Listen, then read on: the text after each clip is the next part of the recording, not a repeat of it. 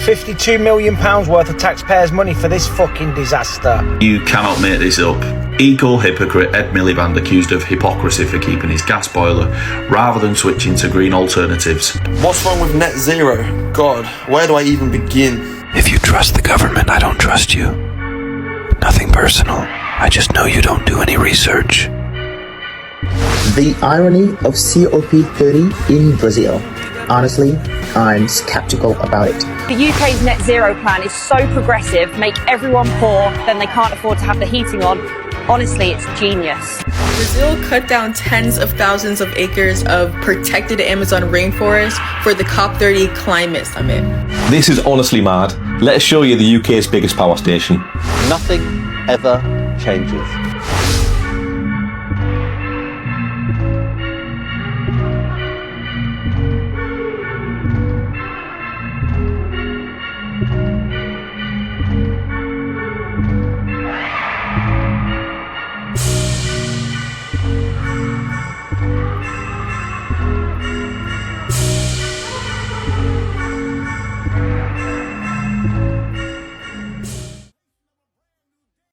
You really cannot make this shit up.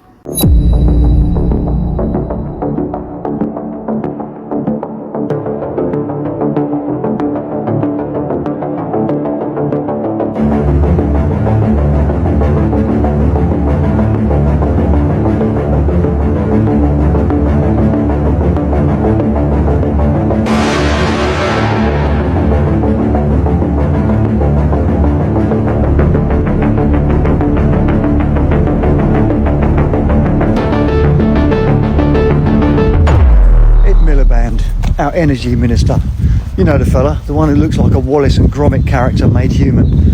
I've just seen an interview with him on a TV news channel, I think it might have been Sky, I'm not sure, which left me absolutely gobsmacked. And the only question remaining is he a liar, or is he a moron, or is he both? So let me explain what the conversation was about. So the TV news interviewer knew his stuff. And he was basically saying, why are British consumers paying, and British businesses even more so, paying some of the highest energy costs and electricity costs in the entire world?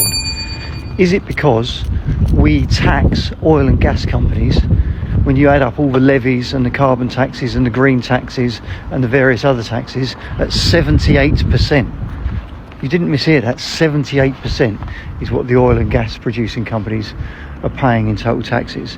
And is that why our energy costs, both as a public consumer and even more so as a business consumer, are so ruinously high? And Ed Miliband absolutely was not having it. He was just calling the guy outright wrong. No, you're wrong.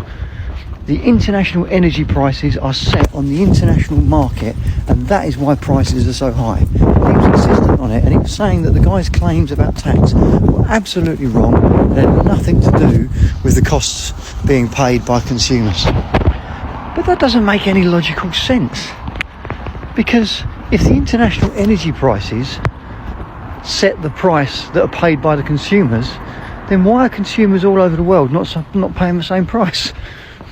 Clearly it's to do with other costs within each of those individual countries, and clearly the taxes is one of those costs.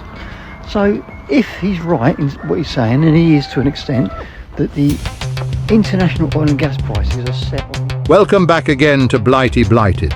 So, there's another big climate meeting coming up, this time in Brazil, in a place called Belém. Would you believe it? Sounds more like Bel-End to me. Makes sense when you realize the idiots that are attending it. You'd think by now they'd have realized you can't save the planet by flying halfway round it in private jets and chopping down half the Amazon to build a car park. They'll all turn up. Ministers, experts, celebrities. Every one of them lecturing us on sustainability, while they're sipping champagne and stepping off a jet that burns more fuel in an hour than I've used in a lifetime. It's like a diet club meeting held in a cake shop. And the cost, don't get me started. Millions of pounds of taxpayers' money so a bunch of politicians can sit in air-conditioned rooms talking about how hot the Earth's getting. You couldn't make it up. Meanwhile, back here we're told to turn the heating down. buy expensive light bulbs and do our bit, while the rainforest's being flattened to make room for a fancy new road to the climate conference. You couldn't script hypocrisy like this. Even the BBC wouldn't believe it. Hi everyone, and welcome back to Laugh a Minute with Nicole. And here is my joke for today. How does the UK government help stop greenhouse gases? They all decide to stop talking, of course. And if you liked that joke, please subscribe to the channel, hit the like button, share, and also don't forget to drop me a comment. So until tomorrow, take care. Bye. This is an official nutjob alert. Ed Miliband, he's agonising about net zero. While he's doing that, Xi Jinping seems to be just not giving a damn about the climate change. Why? Well, in a stunning twist, China is set to crank up its coal production by an incredible 75 million tonnes annually. Yeah, 75 million tonnes to meet its soaring energy demand. Imagine that. The world's biggest greenhouse gas polluter is now pushing out the equivalent of 15 billion tonnes of carbon each year. And what are we doing in dear old Britain? 400 million tonnes. Yet we're the sinners, right? Now, while we're busy patting ourselves on the back for cutting down those emissions from 817 million in 1990 to about 155 million by 2035, China is building coal power plants faster than you can say fossil fuel. Don't listen to what people are saying about they're heading for net zero as well. It's about the amount that they're actually doing now, okay? That's a fact. Ask yourself the question, are we witnessing a bold new era of global climate hypocrisy? Or is China just sort of playing hardball in a game where all the rules are made to be broken? And what does that mean for us in Britain? We're being bankrupted and having net zero forced on us by the bacon butty himself, Ed Miliband. Sound off below. Let me know what you think. Me? Man, this is insanity. We're paying for everything.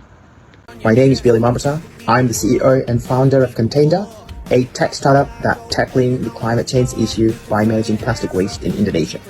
As someone who's been involved in this issue, in the issue of climate change and environmental preservation, especially through fighting plastic waste, one of the biggest CO2 culprits, I am genuinely excited about COP30 landing in Belém, Brazil. But real talk, I've got some big concerns and maybe even a dash of skepticism. First up, the irony is too loud to ignore. We're gathering to talk about saving the planet, and yet they bulldozing parts of the Amazon to build a fancy 4-lane highway just to make the summit more accessible. Protected forest areas getting chopped down for a climate summit? That's like throwing a plastic party to celebrate zero waste living. Secondly, the infrastructure drama. Belém, as beautiful as it is, seems far from ready to host something this massive. Only 2% of the city's sewage is treated, meaning most of it ends up polluting the rivers. Add to that major issues with crime and public safety, and you've got a setting that doesn't quite scream climate leadership. Third, and maybe the most important one, where are the indigenous voices? They've been steward of the Amazon forever, yet the role in COP30 planning has been minimal at best. A proposal for an indigenous co-president of the summit was even shut down. That's not just tone deaf, it's a massive missed opportunity to center the voices that actually live the climate fight every day. So yeah, I'm hopeful, but I'm also skeptical. What about you? Do you think COP30 can walk the talk? And we've got a fucking Wallace and Gromit character, Ed Miliband, talking about climate change. He's a fucking idiot. I wouldn't let him run a bath, never mind run the fucking energy sector. Get to nuclear. It's unlimited energy, the Oppenheimer, the fucking fusion, the breakthrough. And we're going back to Let's just put a big turbine up and hope the wind blows dead hard. And we can't even, if it blows dead hard, we can't even channel all the fucking energy from it. It's a scam. Fusion Trump in the UN, lads, was future. incredible. Donald Trump in the UN was incredible. And we seen Netanyahu speak in the UN and done a vox pop, like a quiz. Yeah. Bizarre. Yeah. Very bizarre. But everybody in the UN Assembly got up and moved out. We're living through, every week it seems to be, wow, is this going to get any better? Is this going to get any crazier? And you go, yeah, oh yeah, it's just gone up a fucking another notch. And anyway, as we talk crazy, Nuno takes charge. First West Ham game, Everton tonight, Grealish at home. Gotta fancy us to win. Hey there and welcome to the Eco Renegade. So COP30 has a nasty surprise in for the environment. So these group of our leaders that are telling us saving the planet is vital, and I agree with that, are doing what they normally do. They are allowing a massive part of a protected forest in the Amazon to be chopped down for a road so they can get to where they're going to be having their summit. That's right. Protected forest from trees from the Amazon. We're talking about massive trees that have been grown for maybe hundreds if not thousands of years, being chopped down so our leaders can go and talk about not chopping down trees and not damaging the environment. You couldn't make this stuff up. I mean, really, I had to read it twice. I had to check it wasn't, is it April the 1st or something like that? No, it's real. And maybe they're going to chop some more down so that they can fly their private jets in and have a landing area that means they also don't have to walk very far. If you don't realise that they don't give a damn about the environment, perhaps this will be the final straw that makes you open your eyes. Because we all need to wake up. It's really got to an urgent point that we need real answers, real things to be done, and not leaders flying around in private jets, chopping down the Amazon just so they can go and have a chat about saving the environment.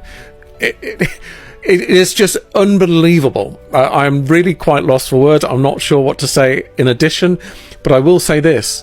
It means the schemes around the country, or whatever country you're in, talking about net zero, talking about carbon reduction, talking about taking our ability to have our local farms in aid of the environment whilst they're doing this, shows they are not being sincere. They are not being honest with us, and they are certainly not following the rules they are telling all of us to. And if they were sincere, they wouldn't be doing this. I'd like to know who's protested, if any of them, about this happening, because if they have, they may be a leader that is a little bit more sincere. I don't think I've heard any of them do that. All I know is this is one of the most ridiculous things I've seen, and we need to start waking up. Thanks for watching. Firstly, even if this was being done with the best of intentions, it's going to absolutely bankrupt our public finances and the taxpayer. And this money could be going to much better causes, like for example providing housing for our homeless soldiers, giving aid to people in Gaza, the NHS, the list goes on and on. Secondly, our government is covering prime farmland with solar panels in the name of climate change, while simultaneously using taxpayer money to dim the sun in the name of climate change. And I shouldn't need to tell you why that makes literally no sense whatsoever. Thirdly, even if we do eventually achieve net zero, what tangible difference will that actually make to the amount of carbon in the atmosphere worldwide and the global temperature? The UK is a tiny island with 70 million people. Compare that to the USA, Russia, China, India. Are these countries concerned with net zero? No. So we are going to bankrupt this country, rip up our farmland, block the sun for effectively zero global change in emissions or temperature. This is not science denial. It's common, or rather not so common sense. So, check this road out. It's in Guyana. Now, it's cost £52 million, and this has come out of like the climate change budget. This is taxpayers' money. Now, it doesn't even go anywhere. They've chopped down an estimated 100,000 trees to get this road to be built. Now, people in the government factions are saying that this is going to be really good for, local people to be able to get from one side to the other of these rainforests or wherever it is. The thing is, there are no cars. They don't have any cars. So 100,000 trees chopped down, £53 million or dollars spaffed on it, all for climate change, come out of the climate budget. And this is where kind of the money's going. So when they talk about £52 billion black holes and not enough money to do this, that and the other, what do you think to that? 52 mil. Could have done something with that. Could have been quite a few doctors' wages, or nurses, or primary school teachers, or filled a few potholes. And this is the exact kind of nonsense that they're finding out over in America that Trump's trying to stop. And you've still got people on the left going, no, we can't stop this. I mean, there was probably some project funding transgender lizards on the road to Guyana that they snuck in through some NGO as well. This is why we can't have nice things in Brazil. COP30 in Brazil in November, and news are coming out today that people were charging 10, 50, 100 times more for accommodation in billing. And check this out. According to this website, at least 25 countries have requested for COP30 to be moved to another country because of the abusive prices. People are posting it all over threads. Check this first one out. 92 square meters, one bed, one bedroom, one bathroom, 1.5 million reais. That's like 250 grand American dollars for 11 days. What? Or 1 million reais, which is like 200 grand, 200,000 American dollars. 8 bedrooms. If you see the photos inside, Jesus on a bicycle. This is the best one I've seen so far. Best one. 2.2 million reais, which is something roughly about 400,000 American dollars. 800 square meters. Okay, it's a huge house. 3 beds, 2 bedrooms, 7 bathrooms. What? Like, a friend of mine went to the city now in July, and the same bedroom, they should pay $350 a day. They're charging 6,000 reais a day because of the event. Like, Wi-Fi is very wonky. She said bed sheets and towels are not good. Breakfast is very, very mid.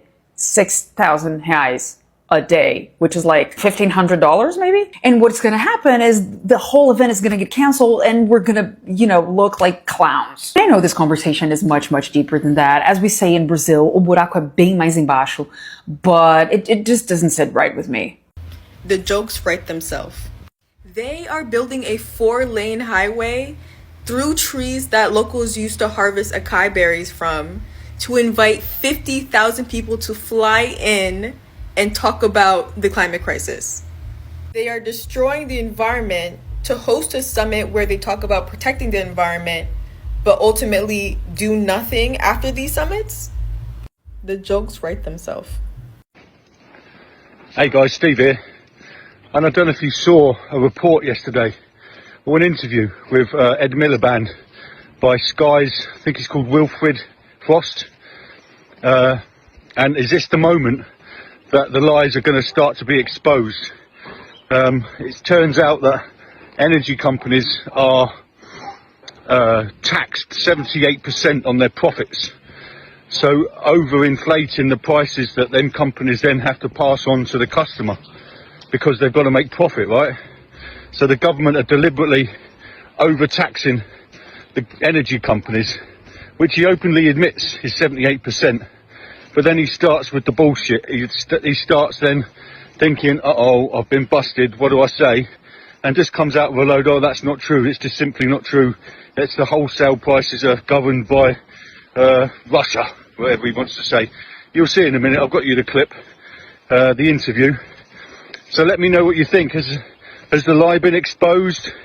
Because no company can survive getting taxed 78% without increasing their prices, right? If Asda put their prices up or got taxed 78%, our food would be unaffordable because the companies have got to make profit. That's what they're there for. Have a look at this clip and tell me that he's been busted and there's no way that he can get out of this one. Energy companies in this country are taxed at 78% on energy profits. That pushes up prices too. No, that's wrong.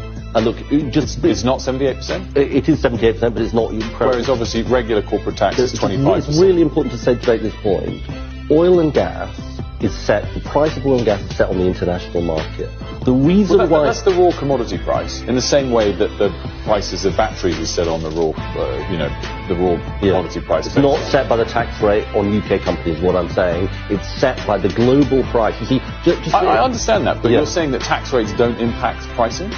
I'm saying that in relation to oil and gas, they don't, because the truth is that the price for our oil and gas is set internationally. And let me explain, if you just let me make the point.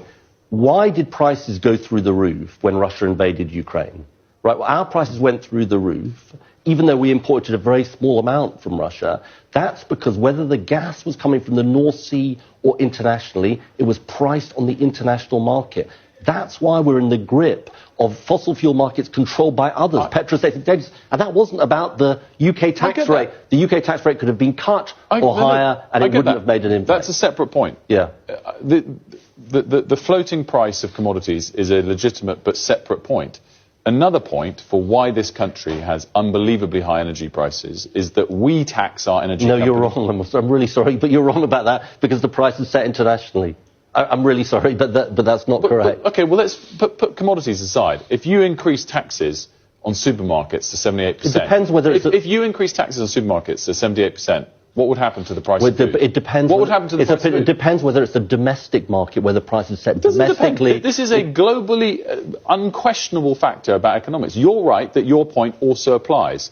You can't flatly deny my point. I am denying your point when it comes to the question of these internationally set prices. That's the point I'm making. If you lowered the tax of 78% on energy companies to the regular... On oil and gas companies, it wouldn't make a difference to the price. In fact... Yes, it would. I'm afraid it wouldn't because the point is that the price is set internationally.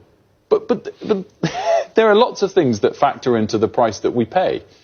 The lots of supply chain costs you've mentioned yourself. This is a huge cost in the supply chain. Hey up, it's me again. So I'm at East Midlands Portway Station, and behind me is Ratcliffe Power Station. We stopped using that earlier this year. That's a dual fuel power station, and here's the madness. While you're paying through the nose for your electricity bills, there's actually a gas field about, 30 or 40 miles that way in Lincolnshire. We can tap into that and pipe the gas, if we wanted to, directly to this power station to produce electricity to keep the lights on in hundreds of thousands of homes across the Midlands. But we refuse to do that, and guess what? We're importing fracked gas from America to supply to power stations. It's absolute madness. Can you see it? Over there? Nah, That's where 23 million homes get their electricity from. 23 million. Mad thing is, that's just the start. If we keep going, most of our electricity will come from offshore wind. Here's the catch though. Nigel Farage would prefer we destroy our countryside. I'm not even kidding. It's hard to believe that Farage would prefer to frack our countryside than to make electricity from wind. I'm sure that's got nothing to do with reforms big oil donors though. Nah. Nigel Farage prefers air pollution, water pollution, and the destruction of our countryside to clean energy and all of the good jobs that would come with it. The only thing stupid about net zero is Nigel Farage. Don't let hate win. Well, today something has changed. You own a share of a new energy company, Great British Energy, installing solar panels like these on hospitals like this to help cut their energy bills and put the money into frontline NHS care. It's a very simple idea. Cheap, clean power to give us energy security and cut bills. You own it, you benefit from it.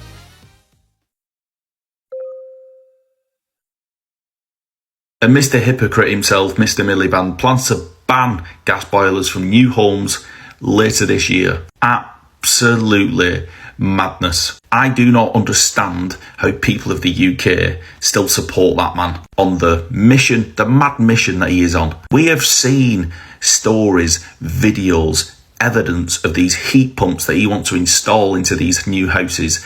They are rubbish. What are they, £14,000 to install? And people wanted them out straight away. They don't work. They don't do what they should be doing, and that's to heat your home and give you hot water. I don't want it to be one of them things in 10 years' time when we're gone, why on earth did we listen to this man? This man has told us, however many billions it's going to cost to, go green, clean energy, GB energy, let's get it. It's going to cost us billions and billions of pounds. And you know what? By 2030, I'm going to save you up to £310. And most of that's already been slashed because they're already talking about energy prices going up. And they will go up just in October this year. And they'll go up next year, and they'll go up the year after, and they'll go up the year after. So that £3, 310, well, it probably will. It probably whittle down to about £3. It is crazy. How are the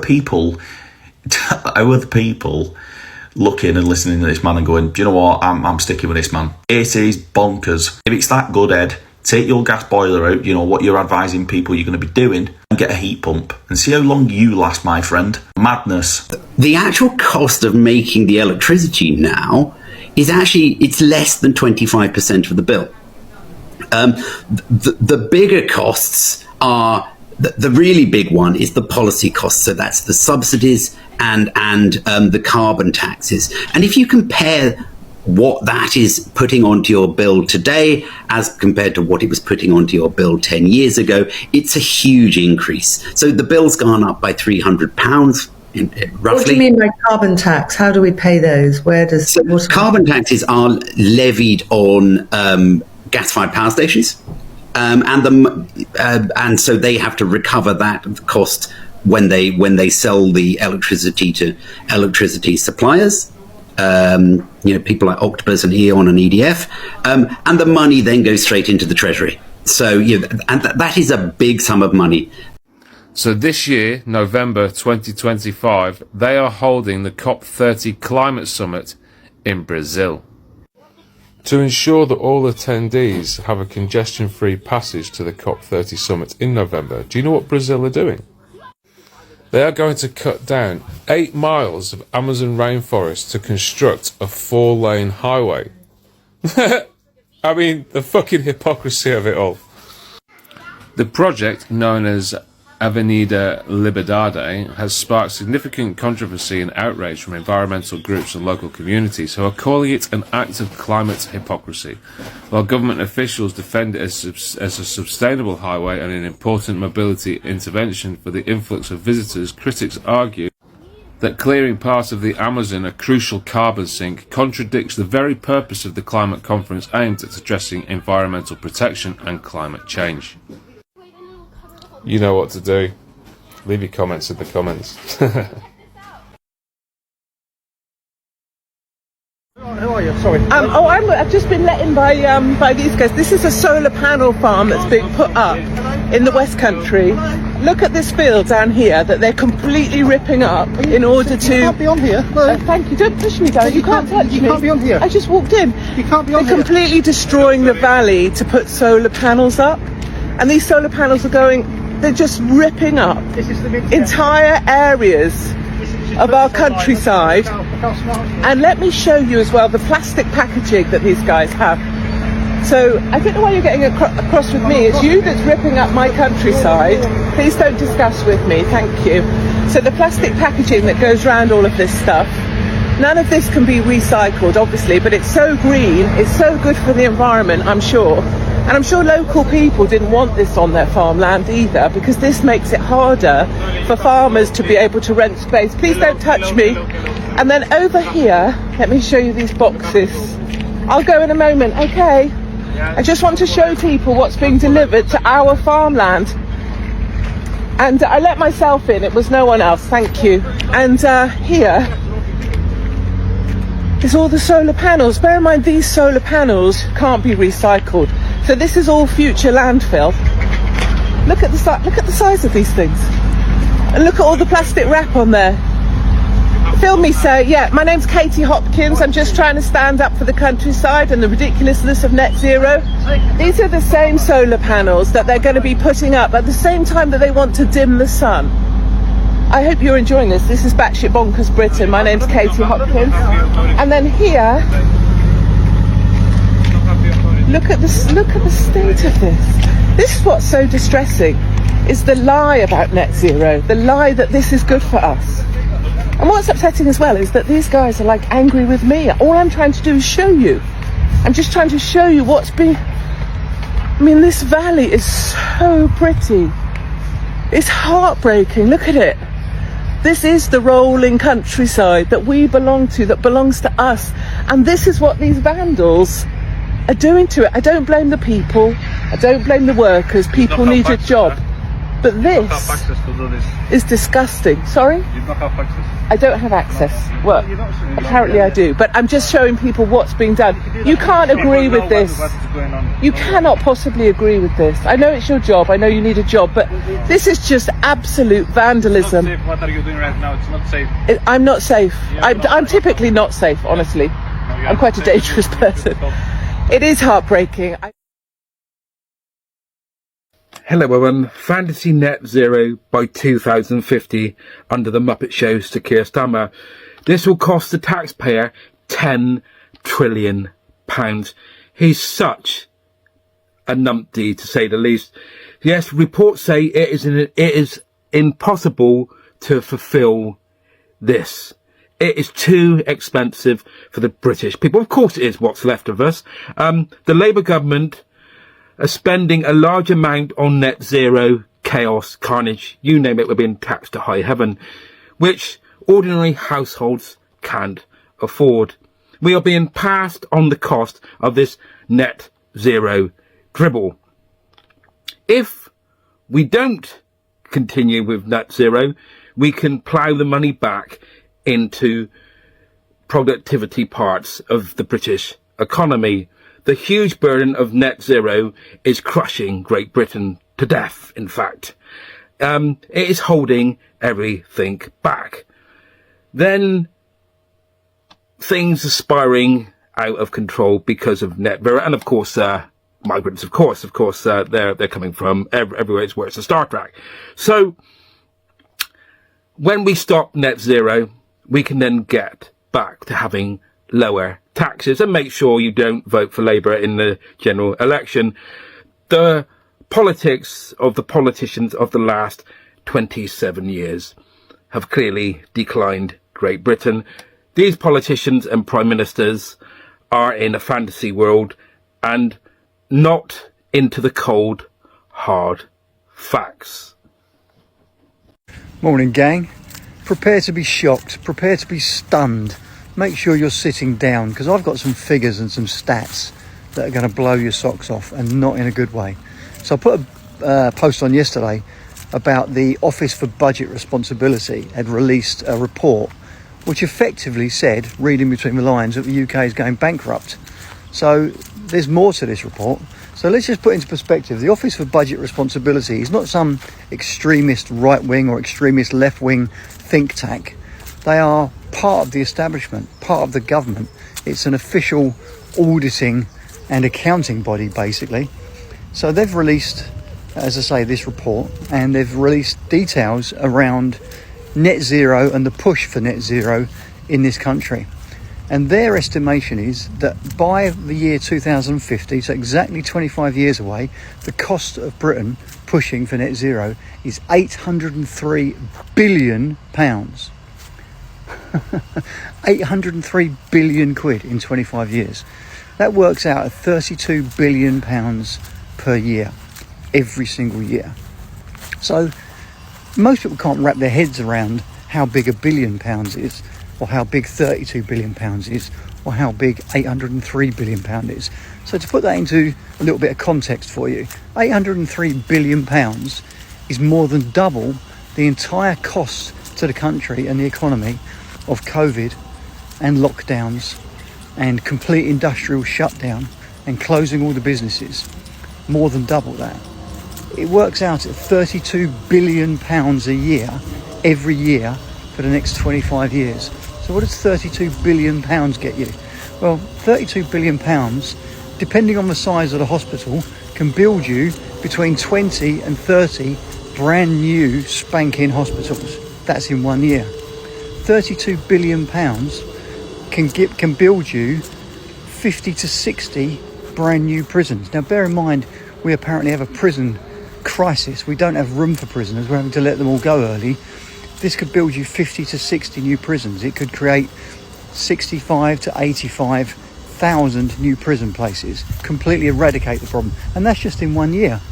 It could employ you over 500,000 nurses, which is more than all of the nurses currently employed in the entire NHS. And that's just 1 year's spending. We're going to be doing that year after year after year for 25 years on net zero. Does that put it into perspective for you? £32 billion a year of costs every single year from 2025 to 2050. It's just total insanity. It's completely bankrupting the country. And let's be honest, Britain produces less than 1% of the CO2 pushed out into the atmosphere globally. So it's not going to make any difference whatsoever. If we were completely saving the planet, then you could possibly make an argument for this. But we're not saving the planet. We're not even touching the sides. And don't get me wrong, I'm not some sort of Luddite that says we shouldn't use green energy, we shouldn't use renewables, we shouldn't go down that path at all. Of course we should. But at the same time, we have to do it in a way that doesn't economically destroy this country. Let's be sensible about it. Let's say instead of spending £32 billion a year, we spend £10 billion or £15 billion. That still means we're saving £20 billion a year, roughly. That £20 billion a year, every year, for the next 25 years, totally transforms this country. Why can't we have a bit of both? Why can't we have a sensible policy where we go much more slowly? We don't necessarily aim for complete net zero, but we aim to gradually become greener. We aim to gradually use a lot more renewable energy. We aim to gradually reduce pollution. We aim to gradually transfer across to more renewable and long-term energy sources, but without going absolutely hell for leather and without destroying our entire economy. You can't even get your head around the fact £32 billion a year, every single year. That makes the difference between us all being skint and not. That makes the difference between the huge tax rises and huge borrowing that's going on at the moment and not having to do it at all. It's utter madness. It's total madness. And because it's such obvious madness as well, you have to think there's something deeper underlying it. You have to think that it's not about being green. It's not about reducing CO2. It's not about carbon. It's about a de-industrialisation policy. What the reason behind that is, I don't know. But we are heading towards a Hunger Games society if we continue down this path. We cannot afford to spend 803 billion quid in the next 20. If saving the planet means chopping down trees and flying business class, then we're doomed before the first speech. I'll tell you what, when they start holding these climate meetings on Zoom, I'll start believing they mean it. Till then, it's just hot air, and not the kind they're worried about. I will see you all on the next video. Keep your peckers up and exhaling carbon dioxide with a sense of pride. Cheerio.